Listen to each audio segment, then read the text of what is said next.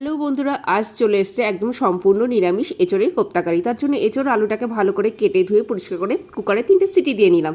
তারপরে পাশে বানিয়ে নিলাম একটা মশলা। তার জন্য টমেটো, আদা কুচি, লঙ্কা কুচি আর কয়েক দানা কাজু দিয়ে ভালো করে পেস্ট করে নিলাম।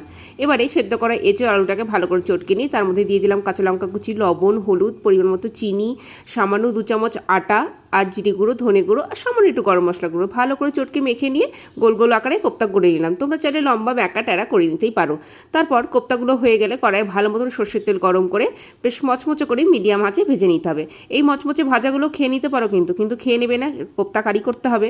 তারপর ভাজা হয়ে গেলে সেই তেলের মধ্যে আরেকটু সামান্য তেল দিয়ে তাতে দিয়ে দিলাম গোটা গরম মশলা, শুকনো লঙ্কা, গোটা জিরে। তারপর ভালো করে ফোড়নটাকে পুড়িয়ে ভেজে নিয়ে তাতে দিয়ে দিলাম করে রাখা মশলা পেস্ট, জিরে গুঁড়ো, ধনে গুঁড়ো আর গরম মশলা গুঁড়ো আর 2 চামচ ফ্যাটানো টক দই দিয়ে ভালো করে কষিয়ে নিয়ে একটু গরম জল দিয়ে কিছুক্ষণ ঢাকা দিয়ে রেখে তারপর ভাজিয়ে রাখা কোপ্তাগুলো দিয়ে একটু ঘি দিয়ে নামিয়ে রেডি।